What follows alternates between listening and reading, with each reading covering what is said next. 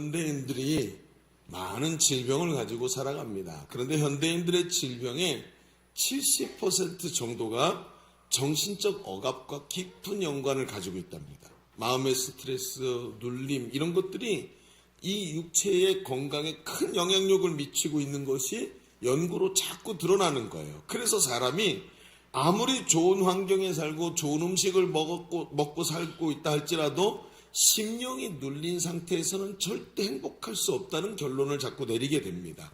가만히 보니까 이런 이야기들이 많아요. 끝없는 경쟁 구도 속에서 늘 성취해야 된다는 압박 가운데 살아가고, 남들에게 인정받지 않으면 쓸모없는 사람이 된다는 생각 때문에 이 경쟁 구도의 압박이 엄청나다고 합니다. 또한 경제적 불안과 생존의 압박 속에서 살아가면서 미래가 불분명하고 늘 불안한 이 압박감들이 사람에게 대단하다고 하죠. 또 반대로 외로움 때문에 압박을 받는다고 합니다. 우리 시대가 SNS가 아주 발달되어 있는데 소셜 네트워크가 그렇게 발달되어 있으면서도 연결되어 있는 것 같지만 연결되어 있지 않은 상태. 너무나 많은 사람과 관계가 열리고 있는 것 같지만 누구에게도 마음을 열 수 없는 이런 모습들로 가득 차 있지 않습니까? 또한 과잉 정보와 그로 인한 선택의 피로가 엄청나대요. 옛날 같으면 말입니다. 그냥 오늘 뭐 먹을까? 그러면 저 식당에 가서 먹을 게 저거밖에 없어요. 가서 저거 먹으면 돼요. 그런데 어떤 게 맛있는지, 어떤 메뉴가 요즘 맛집인지 고르려고 얼마나 많은 정보들을 갖다 놓고 고르는지 밥 한 끼 먹으려고 할 때도 선택장애에 걸린다 그러더라고요. 그렇지 않습니까? 너무나 많은 정보로 인해서 선택의 피로 속에 늘 불행해질까봐 압박감 속에 살고 있더라는 거예요. 여러분, 사람에게는 참된 자유와 해방이 필요한 줄로 믿습니다. 기쁨과 자유가 넘치는 삶이 되어야 합니다. 그러나 참된 자유는 단순히 외형적으로 내가 뭔가를 마음대로 할 수 있다고, 내가 마음대로 여행 간다고, 마음대로 먹을 수 있다고 그게 자유이든가요? 아니라는 걸 우리는 금방 알 수 있습니다. 그렇다면 우리는 어떻게 참된 자유와 해방을 누리고 행복하게 살 수 있을까요? 우리는 삶이 억눌려 살면서 참된 자유와 해방을 누리지 못하는 이유는 무엇일까요? 오늘 이런 이야기들을 조금 펼쳐가 보려고 합니다. 우리는 이 문제를 해결하기 위해서 왜 해방과 자유가 없나? 왜 이런 우리의 삶이 이런 눌림 속에 있나 하는 것을 성경에서 성경적 눈으로 찾아보면서 오늘 진정한 해방과 자유를 누리는 삶을 향해 한 걸음 걸어갈 수 있는 그런 시간이 되시기를 바랍니다. 자, 주보를 펼쳐보시면, 주보 3면에 보시면 오늘 말씀의 제목과 이 내용들을 좀 기록하는 곳이 있습니다. 오늘 말씀의 제목은 복음의 능력으로 사는 삶이라고 정해놓고 오늘 두 가지 이야기를 좀 펼쳐가 보시죠. 첫 번째는 이렇게 한번 써보시죠. 복음은 믿는 자에게 참된 자유와 해방을 줍니다 하는 이야기로 첫 번째 얘기를 해보겠습니다. 어떤 기독교 조사기관에서 1000명의 불신자 주부에게 물어보았다고 합니다. 당신의 인생의 세상 방법으로는 도저히 해결할 수 없는 영적인 문제를 만난다면 누구를 찾아가겠는가 하고 질문을 했더니 응답자 중에 5%가 교회에 가겠습니다 라고 말하고 나머지 90% 이상이 친구 또는 무슨 학교 교수님 이렇게 얘기가 약간 나오고 90% 정도가 점쟁이나 무당을 찾아가겠다고 얘기를 했다는 거예요. 기가 막힌 일이죠. 여러분, 이게 거짓말인 것 같죠? 여러분, 지금도 있잖아요. 저 밖에 가보면 홍대 앞에 가보십시오. 그 어마어마한 상권이 있는 홍대 앞에 가서 길에 사람들이 많이 다니는 길에 딱 서서 보면 최소한 5개 내지는 6개의 타로, 점, 운세 이렇게 간판이 붙어 있습니다. 젊은이들이 이루고 있다는 거예요. 오죽하겠습니까? 나머지들은요. 얼마나 많은 사람들이 여기에 매여 있는지 모릅니다. 많은 사람들이 자신의 영적인 문제를 교회가 해결할 수 없고 오히려 무당이나 귀신들이 그 문제를 해결할 수 있다고 생각을 한다는 거예요. 왜 그럴까요? 아니, 기독교 인구가 이렇게 많은 나라에서 왜 이런 일들이 벌어지고 있는 것일까요? 그것은 말입니다. 교회를 다니지만 복음이 무엇인지를 잘 알지 못하기 때문입니다. 여러분, 복음이 무엇일까요? 복음이란 말 그대로 하면 복된 소리, 복된 음성이라는 뜻이죠. 그래서 영어로 good news라고 번역을 합니다. 그런데 이것은 영적으로 내면적으로 눌려있는 우리에게 인생에게 새로운 길을 열어주는 획기적인 소식, 바로 이것이 복음이라는 거예요. 그러면 이 어느 단어적으로 복음이라고 하는 이것이 무엇인지를 오늘 우리가 좀 보아야 한다는 것입니다.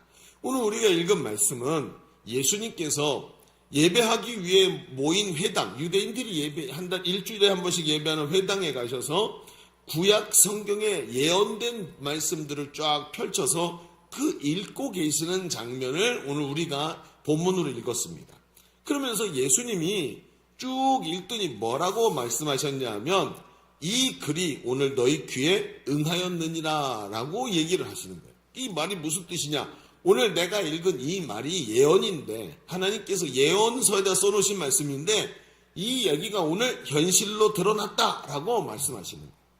당시 사람들에게는 이 이야기가 굉장히 충격적 얘기입니다. 왜냐하면 이 글이 구원자인 메시아가 오면 이렇게 된다라고 써놓은 예언의 글인데 예수님은 이 말이 지금 오늘 이 자리에 이 말씀이 현실이 됐다라고 말씀하셨기 때문이라는 거죠. 그러면 예수님은 이 말씀을 읽으시면서 뭐라고 말씀하시는 거예요? 이게 내가 할 일이야 라고 말씀하시죠. 왜냐하면 예수님이 구원자시니까. 여러분, 예수님이 구원자 메시아이신 줄로 믿습니다. 근데 그분이 이게 오늘 내가 너희에게 해주는 하실 수 있는 일이야 라고 말씀하시면서 자기의 임무 기술서를 읽은 내용이 되어버리는 거예요. 그러면 거기에 뭐라고 써져 있길래 이 말에 대해서 이렇게 중요하게 생각하냐? 예수님이 오늘 읽었던 말씀들을 여러분이 펼쳐놓고 계시리라고 생각을 합니다. 그런데 오늘 이 말씀에 뭐라고 됐냐면 예수님이 이렇게 말해요. 포로된 자에게 자유를 이라고 말씀하십니다. 자, 한번 생각해 봅시다. 그 임무 기술서에다가 포로된 자에게 자유를 준다고 얘기합니다. 여러분, 포로는 말입니다. 자신이 하고자 하는 마음은 있으나 그 마음대로 살 수 없는 상태에 있는 사람을 포로라고 합니다. 영화 화해강의 달이라는 그 영화에 보면 연합군 포로들이 일본군의 포로가 되지요. 연합군 이제 병사들이 일본군의 포로가 되는데 그 일본군의 포로가 돼서 일본군이 시키는 대로 다리를 건설합니다. 근데 알아요. 이 다리가 건설되면 철도가 연결이 되면서 여기로 폭탄이 지나가고 군수물자가 지나가고 하면서 우리 가족을 죽일 수 있고 우리 나라를 멸망시킬 수 있는 거예요. 그런데 내가 절대로 이 다리를 지어서는 안 되는데 내가 원하지 않지만 억지로 해야 되는 거예요. 이게 포로입니다. 내가 원하지 않는 것을 하는 사람. 그런데 영적으로 이 내용을 가만히 들여다보면 우리 시대에 포로된 자가 얼마나 많은지 모릅니다. 나쁜 습관에 포로된 사람들이 있습니다. 어떤 사람은 말입니다. 나도 모르게 도둑질을 합니다. 어떤 사람은 삐뚤어진 감정을 가지고 있습니다. 어떤 사람은 나도 모르게 어려운 순간이 그걸 딱 닥치면 거짓말이 술술술술 나옵니다. 물론 그런 사람들은 국회에 많이 있습니다만. 그렇지 않습니까? 그랬더니 여러분 이런 나쁜 습관에 포로된 자의 곳에서 나도 알아요. 이러면 안 되는 걸. 그런데 나도 모르게 그러고 있어. 이렇게 하면 가족들이 상처를 받고 친구들이 떠나가고 인생에 큰 문제가 생기는 걸 아는데 포로가 되어서 그냥 끌려가는 거예요. 이런 일들이 참 많습니다. 약물과 불면증에 포로된 사람, 약에 의존하지 않으면 잠을 잘 수가 없고 약을 먹지 않으면 불안해서 견딜 수 없는 사람. 우리 시대에 또 한 가지 강력한 포로됨이 있는데 바로 음란물에 포로된 사람이 얼마나 많은지요. 언제부터가 우리나라가 음란물 소비 1위 국가가 되었다고 합니다. 그래서 제일 많은 돈이 음란물을 보는데 결제가 된다는 거예요. 그러면서 인터넷 접속률이 대단하다고 합니다. 포르노 사이트들이 한국에서 접속된 게 제일 많다고 말한다는 거예요. 그러면서 사로잡혀 있습니다. 여러분, 지금 젊은이들이 결혼을 안 하고 시간이 많이 가지요? 그런데 한번 생각해 보시죠. 여러분, 여기 계신 분들 다 젊은 시절들을 다 경험하시고 20대 정말 왕성한 시기를 경험하셨는데 그 시대에 여러분 성적인 이런 욕구들을 어떻게 풀어낼까요? 왜 음란물이 1등이 됐는지 아십니까? 그런데 음란물에서 나오는 내용들이 우리의 삶과 같은가요? 전혀 아닙니다. 여기를 망가뜨립니다. 사랑하고 아끼고 존중하는 관계가 아니라 자기의 욕구를 푸는 대상으로 상대를 보게 만들어요. 그러니까 어떻습니까? 결혼을 했는데 남편과 아내가 정상적인 삶이 안 되는, 아내를 도구로 생각하고 내 뜻대로 되지 않으면 엉뚱한 짓들을 벌리면서 이게 자연스러운 것이라고, 내 본능에 충실한 것이라고 말하고 있지만 사실은 포로되어서 가정이 깨지고 자녀들이 양부모가 살아있는 고아가 되도록 만드는 것이 바로 이것입니다. 여러분, 음란물 중독이 얼마나 무서운 건지 아셔야 됩니다. 절대로 이것을 방치하면 안 됩니다. 또 어떤 일이 벌어지고 있냐? 술과 담배와 마약 중독에서 벗어나지 못하고 있습니다. 얼마나 강력한지 이 마약 중독이라는 게 말이죠. 요즘에는 한 번만 딱 접하면 바로 중독된대죠. 음료수에다 마약을 타서 한 번 먹으면 중독돼서 그걸 끊을 수가 없게 돼버린다. 얼마나 강한지. 제가 지난번에 한번 어떤 다큐멘터리를 봤는데 그 다큐멘터리에 술에 중독된 분이 나온 거예요. 이분은 보는데 기가 막히죠. 술을 먹으면 여러분 제정신이 돌아오는 거예요. 술은 취했는데 정신이 돌아오는데 술 기운이 사라지잖아요. 그러면 다른 사람으로 확 돌변하는 거예요. 이게 갈증이 나는 사람처럼 막 미치려고 그러는 거예요. 그래갖고 이 사람이 술을 먹더니 이분이 시골에 사시는데 동네 슈퍼마켓 형님이 운영을 하시는데 동네 형님한테 가갖고 얘기하는 거예요. 형, 내가 또 술을 깬 다음에 형한테 와서 술 달라 그러고 막 그러면 주지 마 그랬더니 그 가게 주인이 그런 거예요. 야, 네가 와서 깽판을 부리는데 어떻게 안 주냐? 아니야, 그래도 주지 마 그러더니 밖에 나가서 몽둥이를 들고 오는 거예요. 그래서 이걸로 자기를 때려서라도 쫓아내라. 그리고 갑니다. 근데 그 관찰 카메라니까 그 다음에 또 들어왔는데 정신이 멀쩡히 술이 깨갖고 오는데 이 사람이 눈빛이 완전히 늑대같이 변한 거예요. 술 내놓으라고 난리를 치고 막 뒤집어 엎습니다. 그랬더니 그 몽둥이 갖고 때려서 내쫓는 거예요. 내쫓김 당하더니요. 집에 가니까 화가 안 풀려가지고 이 분풀이를 하는데 집에 홀로 계시는 노부 아버지한테요. 화풀이를 하고 아버지 폭행을 하는 거예요. 그리고 또 어디선가 술을 구했고 먹고로 앉아갖고 자책을 하면서 땅을 치면서 나는 죽어야 돼, 나는 죽어야 돼. 여러분, 그 사람이 잘못된 겁니까? 술에 사로잡혀서 그런 겁니다. 한 분밖에 안 계시는 어머님 돌아가시고 형제들도 없고 아버지 한 분 계시는데 그분을 그렇게 두들겨 패고 있는 그게 사로잡혀서 그런 거예요. 그런데 여러분 아십니까? 우리 시대에 사로잡힌 사람이 얼마나 많은지. 미움과 원망에 사로잡히고 불안에 사로잡히고 분노에 사로잡히고 도박과 중독에 사로잡히고 얼마나 많은지 몰라요. 심지어 여러분 있잖아요. 어떤 사람은요. 미움이 삶의 동기가 된 사람도 있어요. 아버지가 자기 어렸을 때 가장이 되기를 포기했어요. 나도 내 인생 찾을래. 그러고 가버렸어요. 그리고 아들이 어머니 먹여 살려야 되니까 공장에 가서 일하기 시작했어요. 아버지를 원망하면서.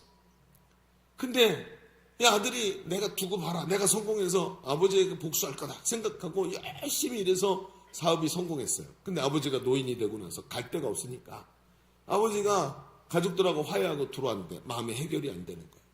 근데 아버지 어머니가 두 분이 계시다가 이제 너무 나이가 드시니까 혼자 사실 수가 없으니까 어느 날 너무 마음씨 좋은 아내가 얘기하는 거예요. 여보, 우리 아버님 모시고 삽시다. 얼마나 고마운 일입니까?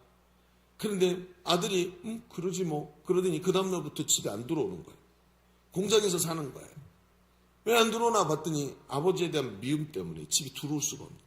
아버지를 보면 이 원망이 일어나요. 근데 이 원망 때문에 내가 성공해서 아버지한테 보여주리라. 이게 자기의 삶의 동기예요. 그런데 아버지가 연세가 높으셨고 돌아가셨어요. 자, 그럼 끝났죠? 아니에요. 이 사람의 삶이 유지되는 게 미움과 원망이기 때문에 그 원망이 어디로 가는 줄 아십니까? 아버지에게 잘해준 아내한테 간 거예요. 아내가 믿기 시작하고 아내를 때리기 시작하고 집에 들어가지 않고 가족들을 아버지한테 잘했던 가족들을 계속 괴롭힙니다. 사로잡혀서 그런 거예요. 미움과 원망. 미움과 원망이 삶의 동기가 되어서 이걸 끊어내면 살 수 있는 동기가 없는 거예요. 얼마나 이런 사람들이 많은지 모릅니다, 여러분.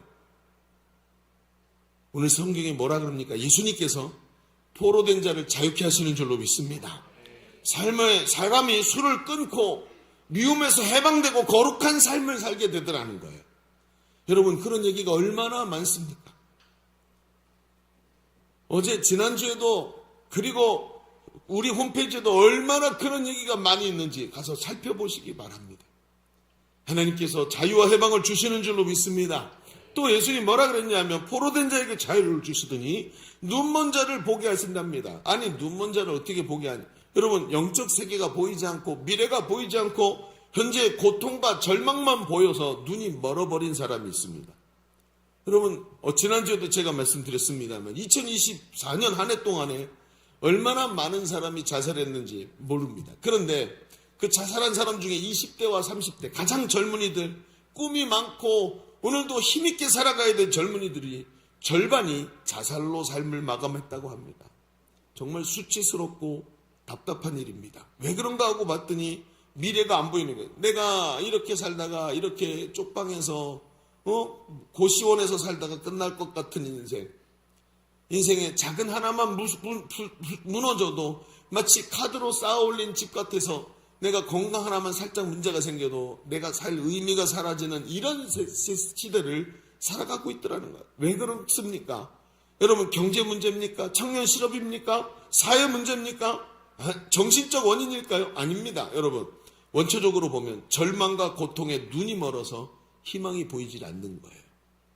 절망과 고통에 눈이 멀었다. 이게 무슨 뜻인지 여러분 아시지요? 아무것도 보이지 않고 그것만 보이는 거예요. 국제 정세나 사회 시스템의 문제가 아니고 내 마음의 문제입니다. 내 영혼에 눈이 멀어서 희망이 보이지 않는 것입니다. 또 하나의 눈. 하나님을 보는 영적인 눈이 열려야 할 줄로 믿습니다. 예전에 우리 교회 한 청년이 우리 교회에 왔습니다. 예수를 처음 믿었어요. 예수 믿고 변화돼서 우리 교회에서 성령 체험을 하고 사람이 거듭나서 내면 세계가 변화됐습니다. 그리고 양육과 훈련을 받으면서 성경 공부를 하면서 하나님을 알아가기 시작하는 거예요. 근데 이 친구가 직업이 세일즈맨이에요. 영업하는 사람이었습니다. 근데 이 회사 사장님이 완전히 마초예요. 잘하면 막 이게 선물도 주고 보너스도 두둑하게 주고, 그리고 분기마다 회식을 데리고 나가는데 회식을 하면 그냥 밥 먹고 끝나는 게 아니라 막 술도 먹고 밥도 먹고 막 돈을 막 해가지고 사람들 기분을 업시키는 거예요. 그런데 그 마지막 3차로 룸사롱을 가는 것입니다. 근데 이 청년이 옆에 아가씨들을 앉혀놓고 그냥 앉혀갖고 음탕한 짓을 하다가 끝나는 거죠. 그리고 그 다음날 회사에 가면 직원들끼리 어제 자기 옆에 앉았던 아가씨 얘기를 하면서 음탕한 얘기들을 나누면서 자랑을 하는 거예요. 근데 이 친구가 교회로 와서 예수를 믿고 이렇게 변화됐는데 아무 생각 없이 이 얘기를 누구한테도 한 얘기가 아닌 거예요. 누구하고도 이 얘기를 안 하고 있었는데 아무 생각 없이 평소처럼 똑같이 회식을 간 거예요. 근데 갑자기 그 눈사랑에 가서 딱 앉았는데 자기 눈앞에 펼쳐지고 있는 이 음탕한 일들이 갑자기 너무나도 역겹게 느껴지는 거예요. 아니 이게 도대체 뭔가? 아니 이게 지금 뭐 하는지, 이게 뭐 하는 거지 하면서 지금까지 자기가 늘 해왔던 일인데 아무 꺼리낌도 없이 그러면서 자랑 삼아서 얘기하고 그랬던 일인데 이게 갑자기 자기가 미친 사람 같더라는 거예요. 역겹게 느껴지더래요. 내가 지금 이 추잡한 짓을 왜 하고 있지? 하면서 자각이 일어나기 시작합니다. 하나님께서 내 속에 살아계시고 예수 그리스도가 내 안에 계셔서 내 안에 하나님 나라를 이루시고 성전 삼고 나를 거룩한 하나님 백성 만들어 주셨는데 여기 와서 가만히 보니까 이게 자기가 죄인이라는 게 깨달아지는, 그러면서 죄가 깨달아지고 눈이 열려서 세상 쾌락과 정욕이 아니라 하나님이 보이기 시작하는 거예요. 그러니까 여기서 단 한 1초도 더 머물 수가 없는 거죠. 그리고 좌불안석됐다가 이 친구가 꾀를 냈어요. 배가 아프다. 너무 아파서 지금 참을 수가 없다고. 아마 맹장인가 막 지금 왜 이렇게 아픈지 모르겠다고. 그러고는 핑계를 대고 거기를 빠져나왔습니다. 그리고는 다시는 그곳에 가지 않았다고 합니다. 내 속에 예수님이 계시는데 어찌 예수님을 그런 음탕한 곳에 모시고 가겠냐고. 기가 막힌 일입니다. 갑자기 예수님이 눈먼 자의 눈을 뜨게 하신 줄로 믿습니다. 지금도 가정을 이루고 믿음의 가장이 돼서 얼마나 경건하게 살아가는지 몰라요. 착실하고 아름답게 자녀들에게 정말로 멋진 아빠가 돼서 한 점 부끄러움 없이 하나님 앞에서 살아가는 그 모습이 너무 귀합니다. 제가 지금은 우리 교회 없어요. 누군지 자꾸 추측하려고 그러지 마세요. 소식을 전해 듣는 겁니다. 추측하지 마세요. 우리 교회 없어요 지금. 이상하네. 자꾸 눈이 이렇게 왔다 갔다 하면서 눈을 보시려고. 그거 아닙니다. 또 보니까 눌린 자를 자유케 하신다라고 오늘 예수님이 그 말씀을 읽으셨어요. 사람의 억눌림이 얼마나 많은지 모릅니다. 눌림이라는 건 내면의 압박을 말하지요. 그런데 여러분 눌림이라는 걸 가만히 보면 우리 시대의 말로 스트레스 뭐 이렇게 표현할 수 있겠죠. 근데 이 눌림이 사람들은 이렇게 생각합니다. 아, 내 정신적인 부담감, 정신적 스트레스, 또 몸이 쉬지 못해서 있는 이 눌림, 어깨가 짓눌리고 몸이 힘들고 이런 상태를 말하는데, 여러분 그게 아닙니다. 사람은 육체와 정신과 영이 있어요. 따로 있습니다. 그런데 세상 사람들은 두 가지만 생각을 합니다. 육체와 정신, 정신적 압박 이런 것만 생각을 하죠. 그런데 세 가지가 다 있죠. 육체, 그리고 우리가 생각하고 추억하고 기억하고 말하고 감정이 들어가 있는 정신, 그리고 그 깊은 곳에 심연에 들어있는 영이 있단 말입니다. 그런데 눌림은 육체적 눌림만 있는 것이 아니라 심적인 압박과 영적 눌림도 있다는 걸 알아야 됩니다. 영혼의 문제는, 저 깊은 곳에 있는 영혼의 문제는 심적인 것에 반영이 되고, 마음에 반영이 되고, 마음의 문제는 육체에 반영이 되지 않습니까? 그래서 내 내면이 건강할 때 육체도 건강하다라는 것을 여러분, 우리는 세상에서도 다 압니다. 성경에도 말합니다. 네 영혼이 잘된 같이 범사가 잘되고 강건해지기를 원한다라고 말하고 있습니다. 영혼의 문제가 해결이 되면 우리 내면의 문제도 해결되는 줄로 믿습니다. 그리고 육체의 문제도 해결될 줄로 믿습니다. 그러니까 영적인 문제가 정신적 세계에 끊임없이 발생하는 거예요. 가위 눌리고 이유 없는 두려움과 우울함이 떠나지 않고 살다가 아유 못하러 살지 하고 공허한 생각이 들고. 예전에 우리 교회 한 여집사님이 있었어요. 예수를 처음 믿었어요, 우리 교회에서. 그리고는 이분이 어느 날 제자대학에서 훈련을 받는데 저한테 그러는 거예요. 목사님, 신기한 일이 있었어요, 그러는 거예요. 그래서 무슨 일인데요? 그랬더니 자기가 어렸을 때부터 두려움이 많았대요. 그래서 늘 잘 때 엄마 앞에서 자거나, 결혼을 하고 나서는 남편을 자는데 남편이 출장을 가고 나서 집을 비우면 아이들을 꼭 끌어안고 잤대요. 그래서 이게 되지 않고 혼자 자면은 가위 눌림이 온대요. 두려워서 부담스러워하다 가위 눌림이 온다는, 이분이 좀 소극적인 분이었는데, 그러다가 우리 교회 와서 예수님을 만나고, 그리고 예수 그리스도가 자기 안에 주인 되신 걸 확실히 선언했습니다. 그런데 어느 날 그분이 그러는 거예요. 오늘 자고 일어났는데 깜짝 놀랐대요. 왜? 남편이 출장을 가는데 혼자서 침대에서 자고 있더래요. 두렵다는 생각조차 못한 거예요. 남편이 출장 간다고 일정을 말하면 그때부터 빨리 두려워가지고 준비를 하고 아이들하고 같이 한 방에서 자고 그랬는데, 남편이 출장 간다고 말했는데 잘 갔다 와 이렇게 얘기하면서 두렵다는 생각조차를 잊어버렸다는 거예요. 그리고 자고 일어났는데 하고 깜짝 놀란 거예요. 변했구나. 내 속에 있던 가위 눌림, 나를 짓누르고 있던 영적인 눌림이 예수님 만나고 떠나간 줄로 믿습니다. 우리 교회 정말 많은 분들이 이걸 경험합니다. 예수님 만나고 눌림이 떠나가고 우울증과 공황장애가 사라졌다고 말하는 사람이 많다는 것입니다. 가정을 짓누르던 여러 가지 우울한 생각들, 분노와 가족 식구들을 향한 원망스러운 생각들, 예수 이름으로 떠나갈 줄로 믿습니다. 눌린 자를 자유케 하시는 예수님이 들어가시면 그 모든 것이 해결이 된다는 거예요. 마귀에게 눌린 자를 자유케 하신다고 성경에 말하지 않습니까? 그러면서 예수님이 말씀하십니다. 오늘 예수님은 성경의 마지막 부분에 주의 은혜의 해를 선포한다고 말씀하십니다. 주의 은혜의 해가 뭐냐? 유대인들에게는 50년마다 희년, 주빌리라고 말하는 희년이 돌아옵니다.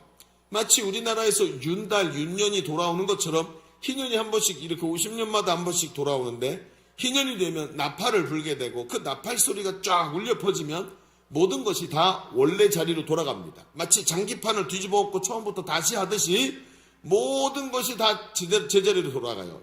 돈 갚지 못해서 빼앗겼던 토지, 돈 갚지 못해서 종살이, 남의 집 머슴살이 하던 사람 다 탕감해주고 자유와 해방을 주고, 처음에 하나님께서 여호수아를 통해서 분배했던 땅 그대로 딱 돌아갑니다.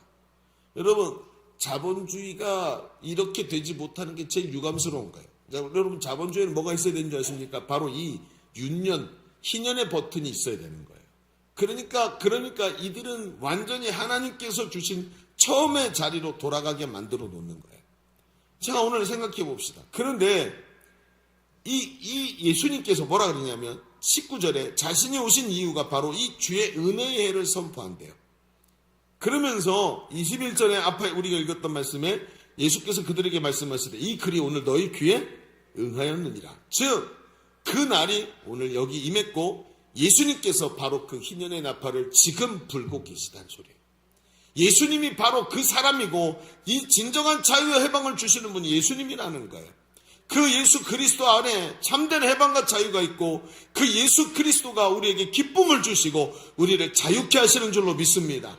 희년을 선언하신 예수님은 우리를 사주팔자 운명에서 끊어내시고 죄와 사망의 법에서 생명의 성령의 법으로 옮겨주셨다는 거예요. 그러니까 어때요? 점치러 갔는데 점괘가 나오지 않더라는 거예요. 왜? 주민등록 등본이 죄와 사망의 법에 있는 것이 아니라 생명의 성령의 법 아래로 나라가 옮겨진 거예요. 주민등록 등본이 거기에 없는 거예요. 더 이상 악한 마귀의 소유가 아닙니다. 더 이상 사주팔자 운명에 매이지 않고 하나님이 주시는 은혜 가운데 살아가는 하나님 백성 된 줄로 믿습니다. 제 동생이 한 번은 사업장을 옮기게 됐어요. 사업장을 이전을 하게 됐는데 제가 한번 이사를 도와준 적이 있습니다. 새로 이사를 딱 들어가서 잔금을 치른인하고 집주인하고 만나가지고 정리를 하는데 또 보니까 아까는 못 봤는데 나가는데 문 위에 노란색 부적이 붙어 있는 거예요. 그리고 이제 동생이 주인이 붙여놓은 건 줄 알고 사장님 저 부적 좀 띄워주세요. 그랬더니 저거 내가 붙인 거 아닌데 그래요? 좀 띄워주세요. 했더니 안 돼. 혼사리를 막 치는 거예요. 왜 그러냐 했더니 나는 못 떼요. 나는 못 떼요. 이러는 거예요. 왜? 저걸 띄면 부정을 타서 자기가 어떤 불행이 찾아올 줄 몰라서 두렵다는 거예요. 그래서 제 동생이 그걸 보고 있더니 이렇게 또 얘기를 듣더니 아니 사장님 그런 걸 믿으세요? 그런 걸 믿으세요? 그러면서 앞으로 제가 여기 계속 이제 이 사장님 집에 이 건물을 쓰는데 저를 잘 보시라고. 그러더니 딱 뜯어가지고 쫙 찢어서 탁 쓰레기통에 버리더라고. 그리고 잘 된 줄로 믿습니다. 왜 그럴까요? 그분한테 무슨 얘기를 하고 싶었던 걸까요? 사주팔자 운명에 매여 있는 사람에게는 그게 무서운 거예요. 바늘에 예전에 저희 할머니도 그랬어요. 벽지에다가 바늘을 딱 꼽아놓으면 부정 탄다고 못하게 하죠. 그렇지 않습니까? 그 사람들은 부정 탑니다. 왜? 사주팔자 운명 아래에 있으니까. 문지방을 밟고 넘어가면 안 됩니다. 왜? 그 법 아래에 있으니까. 그런데 주 예수 그리스도 안에서는 이전 것은 지나갔으니 보라 새 것이 되었도다. 주님 안에서 완전히 해방된 줄로 믿습니다. 그러니 예수 그리스도의 법 아래 있으니 그 나라 법이 나를 지배할 수가 없는 거예요. 오늘 이게 이렇게 중요한 겁니다. 로마서 8장 2절에 이렇게 말합니다. 같이 읽어보죠. 시작. 이는 그리스도 예수 안에 있는 생명의 성령의 법이 죄와 사망의 법에서 너를 해방된 줄로 믿습니다. 주민등록이 옮겨져서 더 이상 악한 마귀 아래서 사는 것이 아니라 사주팔자 운명이 끊어지고 주 예수의 은혜 안에 사는 존재가 된 줄로 믿습니다. 그러니 여러분 얼마나 귀합니까? 얼마나 귀합니까? 하나님 앞에서 기도의 응답이 일어나게 되고 아무리 불행한 인생이었다 할지라도 그 묶임이 끊어져서 주의 은혜의 해를 누리게 되지 않습니까? 로마서 1장 16절에 말합니다. 이 소식 이게 뭐냐? 내가 복음을 부끄러워하지 아니하노니 이 복음은 모든 믿는 자에게 구원을 주시는 하나님의 능력이 됩니다. 누구든지 예수 그리스도가 바로 이 희년의 나팔을 불고 계신 것을 믿고 그분을 붙잡기만 하면 누구에게든지 모든 믿는 자에게 구원을 주시는 하나님의 능력이 바로 십자가의 복음인 줄로 믿습니다. 복음은 예수를 믿고 구원받은 하나님 백성이 누리는 것입니다. 당신이 바로 이 복음을 누리게 된 줄로 믿습니다. 하나님 자녀가 되어서 하나님께 기도하면 아버지가 응답하시고 모든 억압과 눌림과 포로된 것이 풀어지고 오늘도 우리의 삶에 하나님의 은혜가 폭포수같이 넘치도록 부어지는 줄로 믿습니다. 우리 첫 번째 얘기를 좀 정리하십시다. 우리는 지금까지 예수님이 자신을 소개하시는 장면을 보았습니다. 예수님은 포로된 자를 자유케 하시고 눈먼 자를 보게 하시고 눌린 자를 자유케 하시며 우리에게 자유와 해방을 주시는 분인 줄로 믿습니다. 이 예수님이 오늘 우리에게 자유를 선포하셨습니다. 주 예수를 믿으라. 그리하면 너와 내 집이 구원을 얻게 될 줄로 믿습니다. 자, 그런데 이런 생각이 드는 겁니다. 자, 예수 믿고 구원받아 이 땅에 살면서 복음을 누리게 되었는데 가만히 보면 자세히 좀 들여다보면 이 복음이 우리에게 분명히 왔는데 내 안에 이 복음을 방해하는 존재가 있어요. 방해해요. 그럼 제가 요즘에 그 북한에 대한 관심이 많아갖고 북한의 복음을 전하고 해야 되니까 이 탈북자들의 이야기들이 요즘 유튜브에 많이 나오더라고요. 또 탈북민들이 하도 이제 그 속에서 짓눌렸던 게 너무 화가 나니까 어떻게든 이걸 알려야 된다고 사명으로 생각하시고 막 유튜브에 막 올려서 사람들이 듣게 만드는데 그 얘기를 들어보니까 이런 사람들이 있대요. 탈북을 해서 한국에 사는데 가끔 어떻게 알았는지 북한 당국에서 전화가 온대요. 자기 핸드폰으로. 북한에서 전화를 한 거야. 동무 잘 있나? 그러고 물어본대요. 깜짝 놀란다는 거야. 그래서 이거 어떻게 알았냐 했더니 이제 간첩이라는 존재들이 있죠. 이제 탈북자 그 단체 안에 그 안에 단체 안에 북한하고 내통하는 사람이 있어서 이 정보를 준대요. 그래가지고 자기 전화번호가 노출이 된 거죠. 전화가 온 거예요. 그러면서 북한에서 시키는 거예요. 돈 좀 보내라. 그리고 막 이런 얘기하면서 협박이 온다는 거죠. 그래서 저 사진 찍어갖고 보내라 그러고 돈 보내라 그러고 막 이러면서 시키는 대로 하기 시키는. 왜 그걸 따라하냐 그랬더니 북한에 남겨뒀던 가족들을 볼모로 잡고 협박을 한답니다. 북한에 남겨놓고 온 어머니 볼모로 자꾸 협박을 한대. 그래가지고 이 땅에서 자유와 해방을 누리고 있지만 반쪽짜리밖에 안 되는 거예요. 아직도 나는 이미 대한민국 국민이 됐고 주민등록증도 있고 여권도 있고 어디 가나 대한민국 국민인데 그게 와가지고 전화가 올 때마다 환장하겠는 거예요. 너무 고통스러운 거죠. 여러분 이런 존재가 우리 속에도 들어와서 또아리를 틀고 앉혀요. 이게 누구냐? 성경은 이 존재를 바로 악한 사탄이 그 세력의 우두머리라고 얘기를 하고 있어요. 사탄은 우리가 복음을 누리고 승리의 삶을 사는 걸 굉장히 싫어합니다. 우리가 예수 그리스도를 누리고 사는 것을 싫어합니다. 그래서 예수를 믿으면서도 여전히 나는 구원받았지만 이 땅에서 죄와 사망의 법 아래 살게 만드는 거예요. 그게 뭐냐? 그 끈앞풀이 있는데 그 끈앞풀이 바로 성경은 육신의 정욕, 안목의 정욕, 이생의 자랑이라고 표현을 하고 있습니다. 가만히 생각해 보면 이 세 가지가 얼마나 강력한지 육신의 정욕, 먹고 마시고 쉬고 즐기고 하는 육신의 정욕, 안목의 정욕, 눈으로 보는 것이 고급스럽고 좋고 명품 따지고 남들과 비교하고 다 안목의 정욕, 이생의 자랑, 무엇인가 세상에서 대단한 사람이라고 인정받는 것, 이게 세상 사람들의 머릿속에 들어있는 모든 것입니다. 이게 만약에 사라진다면 오늘 우리는 도통한 부처님이 되는 겁니다. 이 세 가지가 모든 걸 만들어내는 겁니다. 예수를 믿으면서도 죄의 포로가 돼서 질질 끌려다니는 게 뭐죠? 여러분 우리 청년들 보십시오. 육신의 정욕 얼마나 강합니까? 즐기고 먹고 마시고 맛집 찾아다니고 얼마나 많은 것을 거기다 쏟아붓습니까? 그러면서 그걸 못하면 나는 실패한 존재라고 생각하지 않습니까? 그러니까 예수를 믿으면서도 죄의 포로가 되어서 살아가게 만드는 끈앞풀들이 됩니다. 그렇다면 우리는 어떻게 이 복음을 회복하고 누릴까요? 참 정말 헷갈리지 않을 수가 없는 거예요. 아니 예수 믿어서 구원받았다며요. 근데 우리에게는 약점이 있는 육체라는 약점. 육체를 입고 살아가니까.